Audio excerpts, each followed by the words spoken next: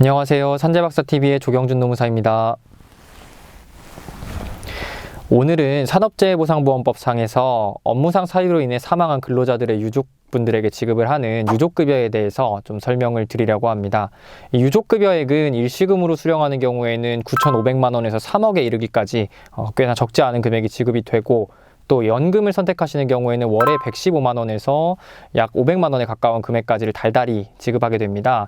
이처럼 보상 수준이 절대 낮지 않고 또 남은 유족들의 경제적 생계수단이 조금 막막하다는 점에서 큰 의미를 가지는 보험급여라고 할 수 있겠는데요. 이후로는 유족급여가 무엇인지, 그 다음에 유족급여의 수급 요건이나 수급 순서는 어떻게 되는지, 마지막으로 유족급여의 금액, 총 금액은 얼마나 되는지를 살펴보면서 영상 마치도록 하겠습니다. 그러면 바로 한번 시작해 보겠습니다.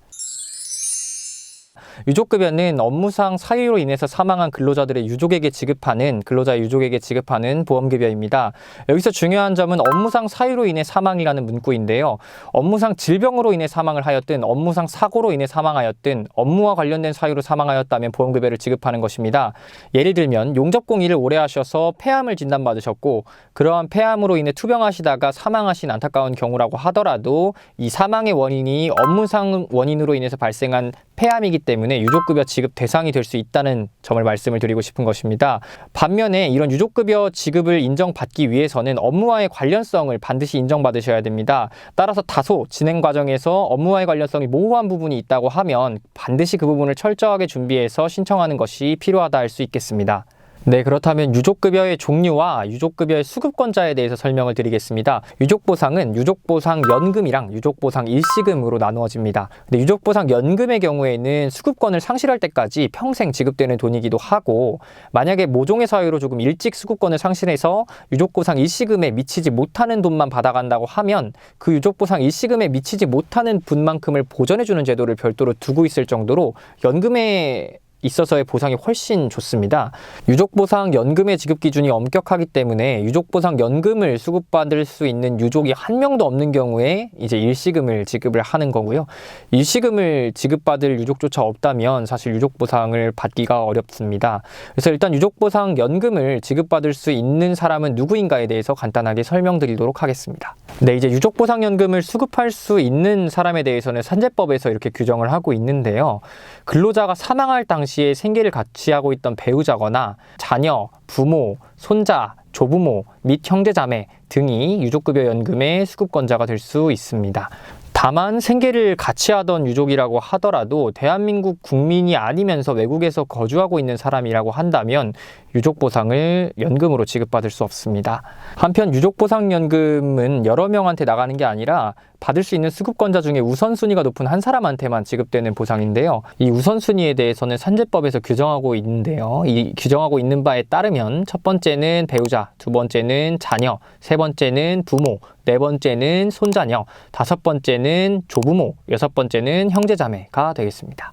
네, 만일 근로자가 사망할 당시에 생계를 같이 하고 있던 60세 이상의 노부모가 있고 25세 미만의 자녀가 있고 또 배우자가 있는 가정이라면 유족보상연금의 수급권은 배우자분한테 돌아가게 됩니다. 네, 유족보상 일시금은 유족은 존재하나 유족보상연금을 수급할 수 있는 수급 자격자가 한 명도 없을 경우에 지급하는 보험급여입니다. 이 경우에도 우선순위가 있고 산재법은 지금 보여드리는 표와 같이 이제 유족보상 일시금의 수급 자격자를 규정하고 있습니다. 이 우선순위대로 수급이 진행이 되는데요. 만약에 동순위의 수급권자가 2명 이상 존재한다면 정확하게 그 사람 수만큼 유족보상 일시금의 액수를 나누어 지급하게 됩니다. 네, 유족보상연금이나 유족보상일시금의 수급이 결정이 되었다면 그 지급금액은 얼마나 되는 것일까요? 유족보상일시금의 경우에는 간단합니다. 평균임금의 1,300일치가 유족보상일시금 수급권자에게 지급됩니다.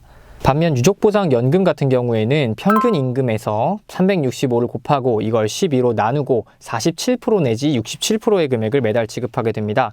이 7%에서 67%의 금액을 결정하는 기준은 근로자가 사망할 당시에 생계를 같이 하고 있던 유족보상연금 수급권자가 몇 명인지에 따라 달라집니다. 한 명인 경우에는 5%를 가산하기 때문에 52%가 되고요. 2명인 경우에는 10%를 가산해서 57%, 3명인 경우에는 15%를 가산해서 62%가 됩니다. 이런 식으로 끝없이 늘어나는 건 아니고요. 67%를 상한액으로 규정하고 있습니다. 여기서 평균임금이라는 개념이 다소 중요한데요. 평균임금이라고 하면 근로자가 실제로 일한 근로에 대해서 지급받고 있던 일일의 임금을 말하는 개념입니다. 상용근로자 같은 경우에는 재해 발생일 이전 3개월 동안 받은 월급 총액을, 임금 총액을 그 일수로 나눈 금액이 평균임금이 되고요. 일용근로자 같은 경우에는 일당에다가 통상근로개수라고 하는 0.73을 곱한 금액이 평균임금이 됩니다.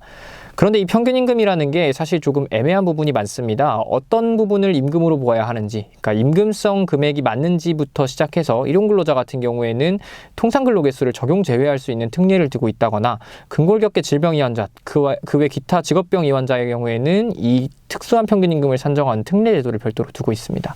그래서 평균임금에 대해서 사실 산정하는 것이 다소 까다로운 경우들이 있는데요. 이런 경우에는 전문가와의 상담을 받아보기를 강력히 권해드립니다. 오늘은 유족급여에 대해서 간단하게 알아보았는데요. 유족급여뿐만 아니라 유족급여 승인 시에 그 장의비라고 해가지고 평균임금의 121분을 장례를 지낸 유족에게 지급하는 금액, 또 질병으로 인해서 상당 기간 투병하다가 사망에 이르신 경우에는 그 투병 기간이 아직 소멸시효가 지나지 않았다면 병원비를 지급하는 요양급여, 그 다음에 일하지 못한 기간 동안의 월급의 70%를 지급하는 휴업급여, 마지막으로 후유장애까지 남은 경우라면 그 후유장애액을 지급하는 장애급여까지 함께 지급받을 수 있기 때문에 혹시 요건이 해당되시는지 검토해 보시기를 강력하게 권해드립니다. 유족급여는 근로자라면 누구나 청구할 수 있고, 설사 4대 보험 미가입 상태에서 근무하시다가 업무상 재해를 입고 사망할 안타까운 경우라고 하더라도 근로자 측에는 아무 페널티 없이 유족급여를 청구할 수 있습니다. 따라서 혹시 유족급여 청구에 해당한다고 생각되거나 아니면 그 인정 요건 등에 대해서 좀 더 구체적으로 궁금하신 분들이 있다면 전문가와의 상세한 상담 권해드립니다. 다음에도 더 유익한 내용으로 찾아뵙는 산재박사TV가 되도록 하겠습니다. 감사합니다.